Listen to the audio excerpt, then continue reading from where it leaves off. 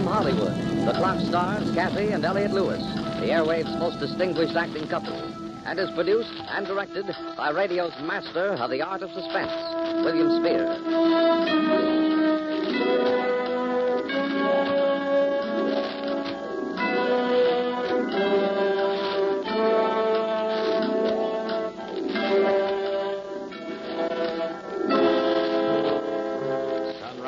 Sunset, promise and fulfillment, birth and death. The whole drama of life is written in the sands of time.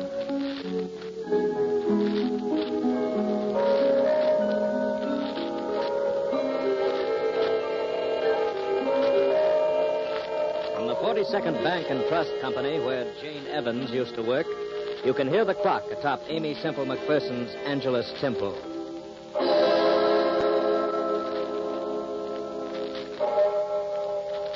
It happened the morning after I became engaged to Harold. I got to the bank a little early that morning, hoping I'd be able to see him for a minute before we opened for business. And sure enough, Harold was just hanging up his hat and coat when I came in the door. You see, I'm one of the junior tellers at the main branch here in town. Or rather, I was. And Harold is assistant manager.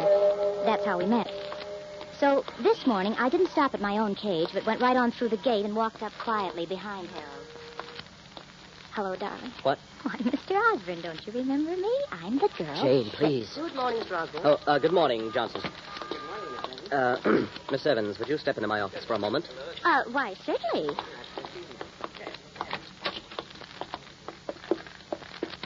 Jane, really, you mustn't. I mean, What?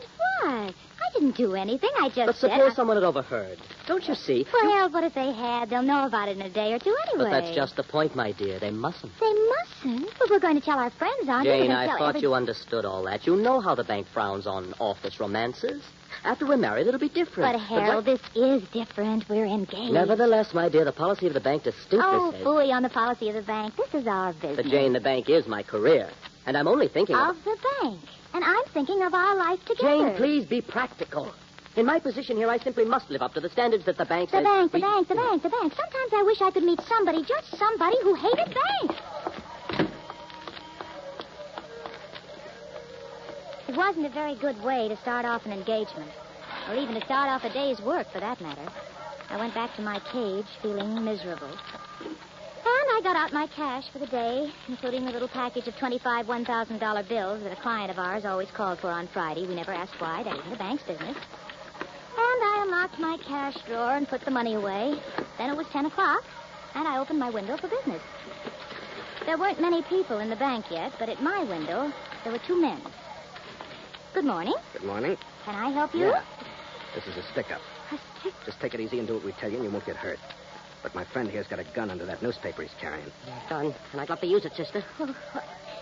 What do you want me to do? Here's a paper bag. Fill it up. Yes. All right. And don't forget those 25 G notes that George Oliver calls for every Friday. The what? Don't stall. We know all about him. That's one reason we're here. Don't make any funny moves, sister, because if you do, it's... curtains.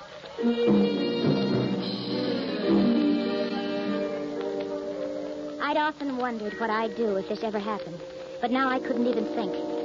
As I fumbled with the money, I looked at the two men. One of them was about 35, dark hair, square jaw, hard blue eyes. The other, the one with the gun, was a nervous, evil-looking boy about 21. I knew that they meant everything they said. I glanced sideways for just a minute towards Harold's office. And as luck would have it, he was just coming out the door. And he must have seen that something was wrong because he started right over to my window. Come on, sister, slap into it. I'm trying to hurry. The paper only. Never mind the change. That's all right. Who's that coming over here? That's Mr. Osborne, the manager. All right. Just don't try to make any bright conversation. I'll do the talking. Yeah. Is there anything I can do here, Miss Evans? Yes. Just stand right where you are and keep quiet. What? Harold, it's... Don't look so hurt. You've heard of banks being held up before, haven't you? Oh, Come on, miss. Hand it over. We haven't got all day. Here you are. Thanks. We ought to take her along, Don't be Frank. crazy. Come on. We ought to take her. No, you can't do that. Miss Evans is one of my most trusted employees. And I'm his fiancée. Oh, you are, Jane? you? Now, I know we're going to take her along. You're a fool, Sonny. Yeah? Well, Harold here don't think I'm so dumb, do you, Harold? Because you know what happens to your girlfriend if you set the cops on us? No. Yeah. Curtains. Come on. Don't do anything, Harold. I'll be all right. I'll be all right.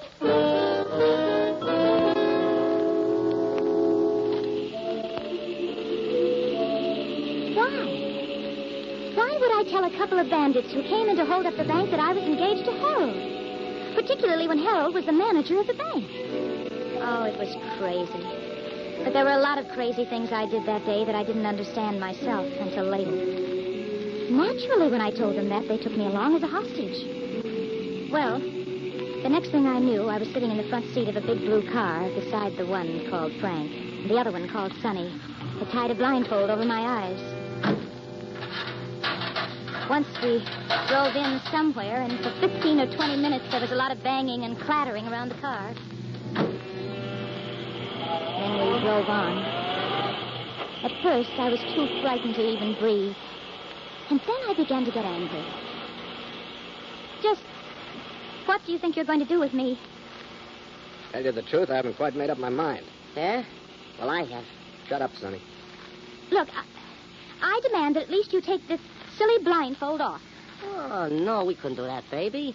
And you might see how we'd strip this car down just now and change the hood and the fenders and Shut the up, plates. Sonny.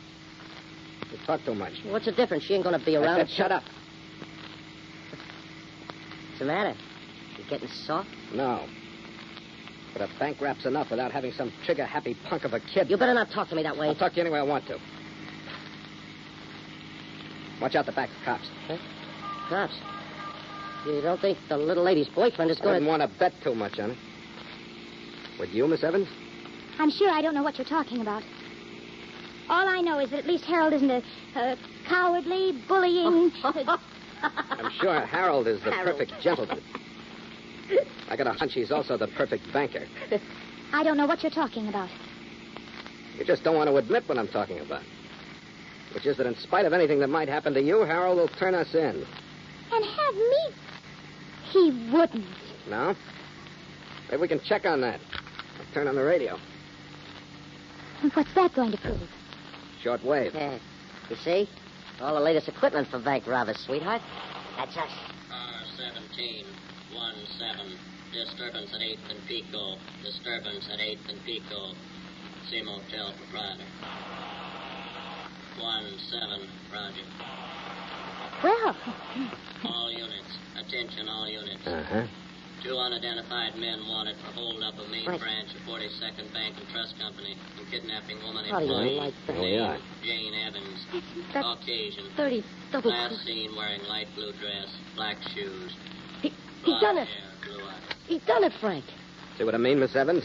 well, it was his duty. Why shouldn't he? Nothing. No reason at all. Just a question of who rates the most for the guy, I guess. His boss or his woman. All right. All right, he asked for it. I told him what I'd do. What? What are you going to do? Well, Miss Evans, I think we'll drive up this little side road here and let you out. Oh? Shouldn't have any trouble hitching a ride back. If you do, just try what Claudette Colbert did in that picture. Huh? Remember? You kidding? You heard what they said. She was nothing but excess baggage anyway. Now she's just another way they can identify us. Yeah, all right, but that don't mean we let the guy get away with it.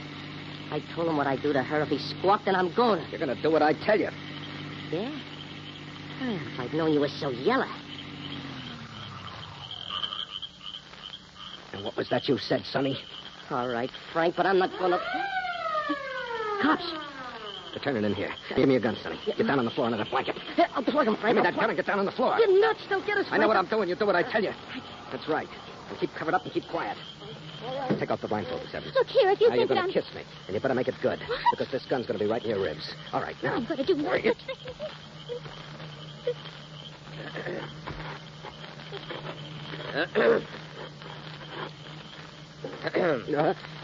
Oh. Oh, you kind of startled me, officer. What are you doing here? Well, if you must know, I'm getting engaged. Is there anything wrong with that? Let me see your license. We haven't got the license yet. Your driver's license. Oh, sure. What's the matter? Just let me see your license. Yeah, here you are. You looking for somebody? Just a couple of guys who held up a bank and kidnapped a girl. Is that right? Young lady got any identification? Well, Go on, tell him, honey. You see, we left town in sort of a hurry. You might call it a sort of elopement. Sort of elopement, huh? Yes. Well, I guess you're all right. But you know you shouldn't be parking in here in the broad daylight like this. Oh, yeah, but you know how it is. Yeah, sure, I know how it is. Sure. Wait a minute.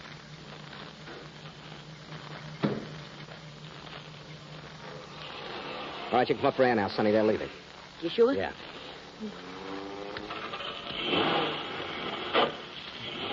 Well, Miss Evans, I'm afraid that under the circumstances, you'll have to put up with our company a little longer. That wasn't as bad as all that, was it? Well, was it? Tell it. She slaps him right in the puss. Does that answer your question? Yeah. I guess it does.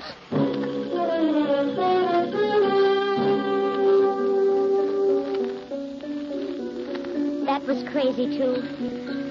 Here I was, my life completely in this big ape's hands. And I had to slap his face. I knew I'd made him angry, and what was even more dangerous, I'd hurt his pride. But there was nothing to do about it now. For a long time, we just drove along, and nobody said anything. We were crossing a stretch of desert heading towards a mountain range. We just passed through a little town. I saw the car pull out of a side road as we flashed by, but neither of the two men did. And all of a sudden, my mind began to race, thinking that maybe now was coming my chance to escape, wondering what I could do.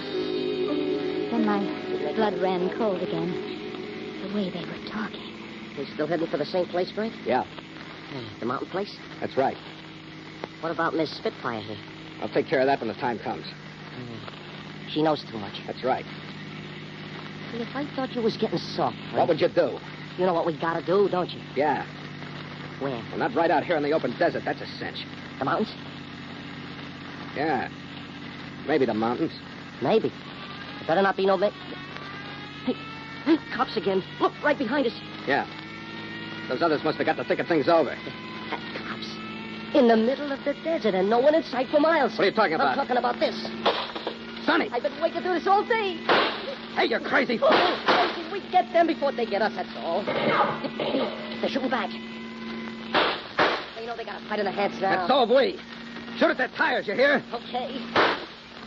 Right, they hit us. And that's not supposed to happen the way you saw it in the movies, huh? You. Me? Yeah, you. Get down on the floor. What are you going to do? There's only one thing to do now. Drive like...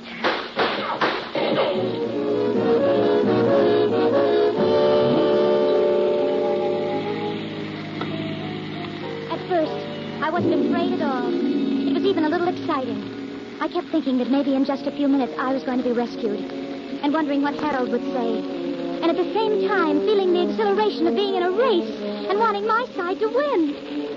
Of course, that was crazy, too. Then suddenly the car took a sickening lurch.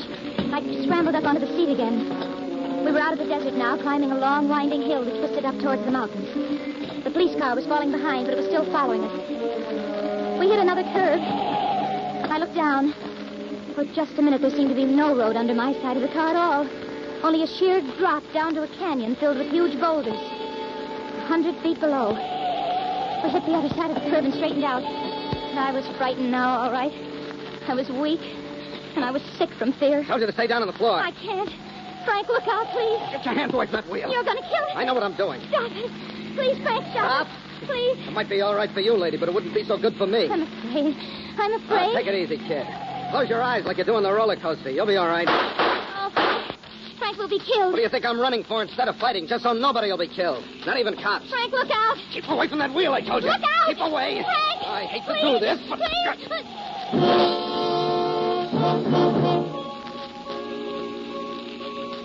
I saw his fist rush up towards the point of my jaw, and that was all.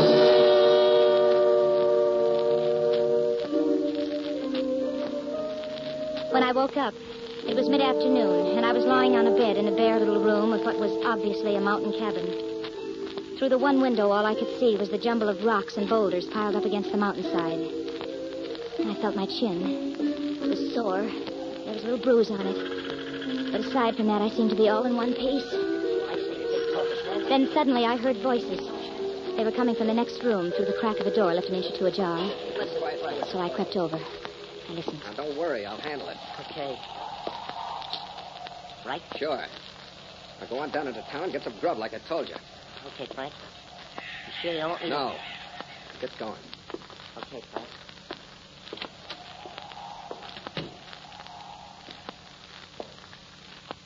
I stood there by the door, frozen with fear. I didn't need to hear any more to know what they'd been talking about. For a second, I thought of escape, and I looked wildly over towards the window. It was too late. The door was already swinging open. Oh. Been listening, huh? Yes? How do you feel? All right. Well, glad to see you're up and around. Why? Because it's against your principles to kill women who are unconscious?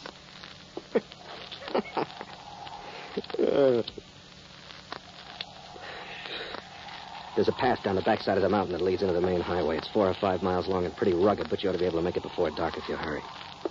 Oh, That answer your question? yes. I guess it does. Why don't you better get going? How do you know Because that you're going to promise me not to. Aren't you? Yes. All you have to say is that I slugged you.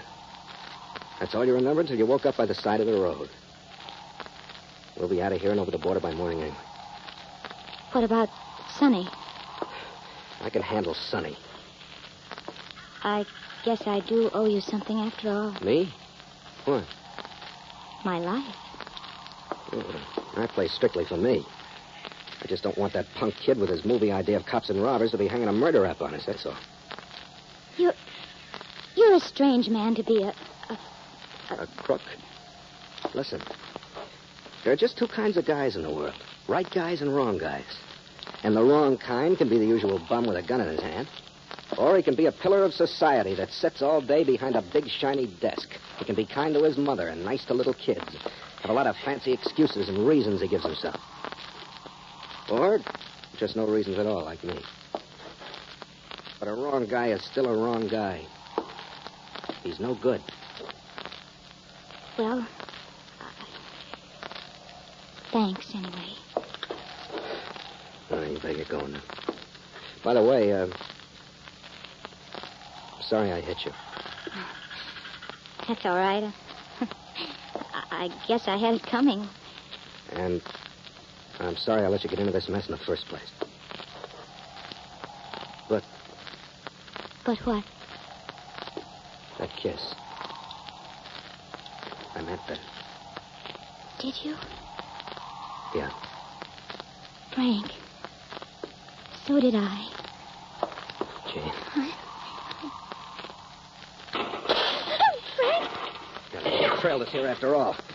Frank, the cops. Yeah. I saw him down ahead of me on a turn of the road. I just had time to turn around and get back. You still got the dame, huh? Yeah. I was hoping you hadn't done nothing yet. She's about the only ace we got left, Frank. Take the south window. I'll take the west one. Don't try to go knocking them off. It'll only make it worse. Just keep them covered so they can't rush us. Yeah, well, if I can get a clean shot at You one do of what them- I tell you. Can you see them? Yeah. Get it down behind the big rocks. And that's as far as they can get. That's as far as they could get even if they had an army. Until it gets dark. Frank, we could turn the car lights on them. Now, they'd only shoot them out. We can hold them, Frank. We got enough ammunition You here. can't Hold eat ammunition. Maybe they can't get up, but we can't get down either. We can't stay here forever. They'll never take me alive. They'll never take me Oh, alive. stop it, Like will that you? gun. Try using your head for a change. Phone. Yeah, Frank, what could it be? I don't know. The boys seem to have stopped the artillery barrage, too. Don't answer. Don't answer it. Are you kidding? What's the difference? You don't think we're going to kid anybody? We're not home, do you? Frank. Yeah. Oh, yeah. Uh-huh. Yeah, she's here. Sure, she's all right. Frank, who is it? It's your boyfriend, Harold. Harold? He came with the cops. He's on the Forest Ranger's emergency call box just down the road. Let me talk to him. Worried about him? No, it isn't that, but let me talk to him. Sure, go ahead. Harold? Yes. Yes, so am I. No, nothing like that. They've been quite all right.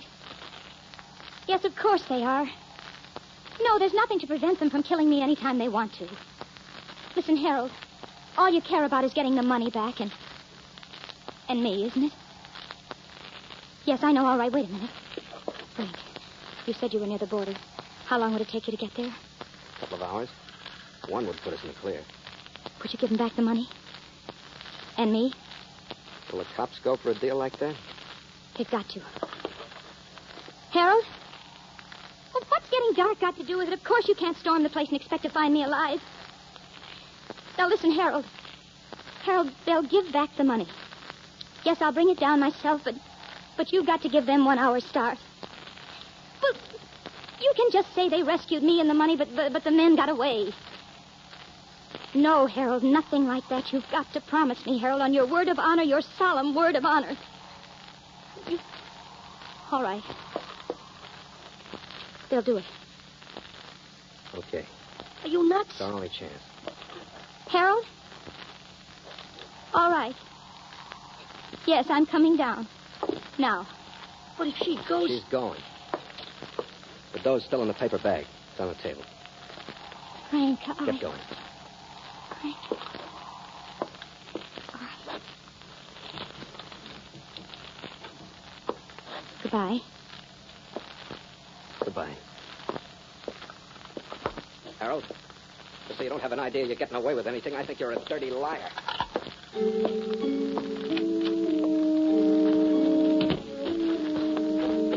I hardly heard and didn't even think about it.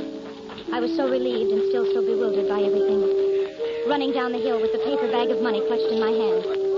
And then I saw Harold crouching behind a rock. And then some policemen. And then I was around the bend, and they were all running up to me, and I just threw myself into Harold's arms. Jane, here it is. Jane. Yeah? Are you all right? I'm all right, Harold. Here's the money. Oh, yes. Yes, it's all here. All right, officer. Okay, Chuck, let him go. Come, my dear. Harold. Harold, what? Tear gas. Tear gas? It's quite harmless, really. But Harold, tell him. Tell him what we promised. I'm afraid it's out of our hands now, my dear. Harold, you promised. You gave me your word of honor. Of course I did. You but knew. I just... You knew all the time you planned to do this. Stop that. Stop it. Please, my dear, you're on the Let wrong. me go. Jane. Stop it. Stop it. Jane. Stop it. Stop it. Stop it.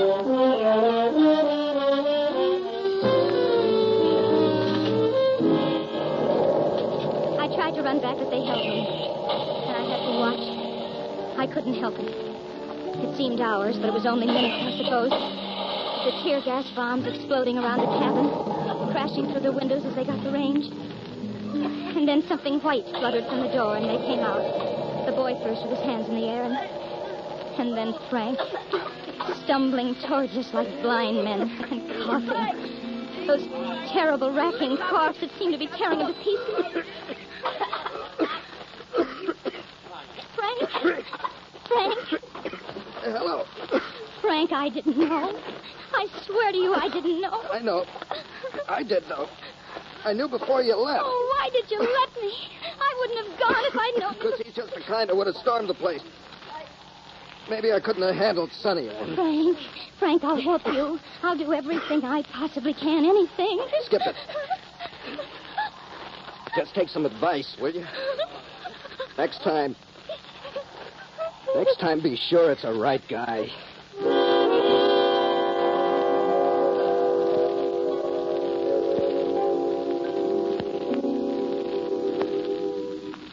You know, it's funny. It's like he said.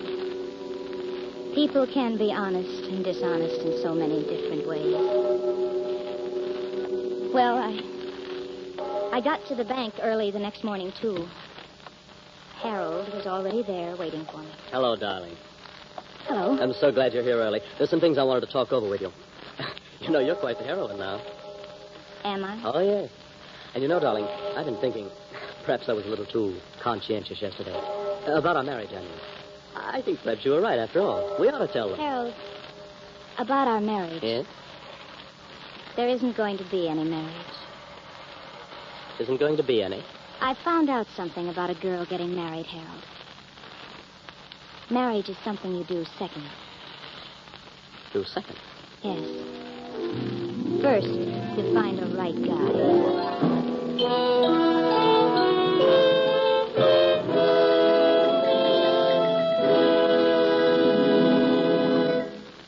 From Hollywood, The Clock is produced and directed by William Spier and stars Kathy and Elliot Lewis. This evening's play was written by Robert Richards. Basil Adlam is our musical director. Next week, same time, listen again to The Clock.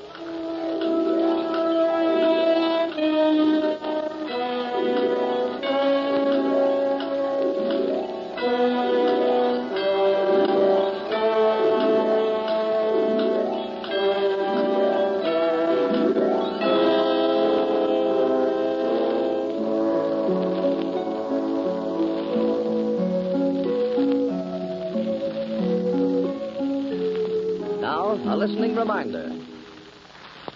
Who knows? You might be telephoned to name the new mystery melody for fabulous jackpot prizes. Be sure to hear it on Stop the Music tonight over this ABC station.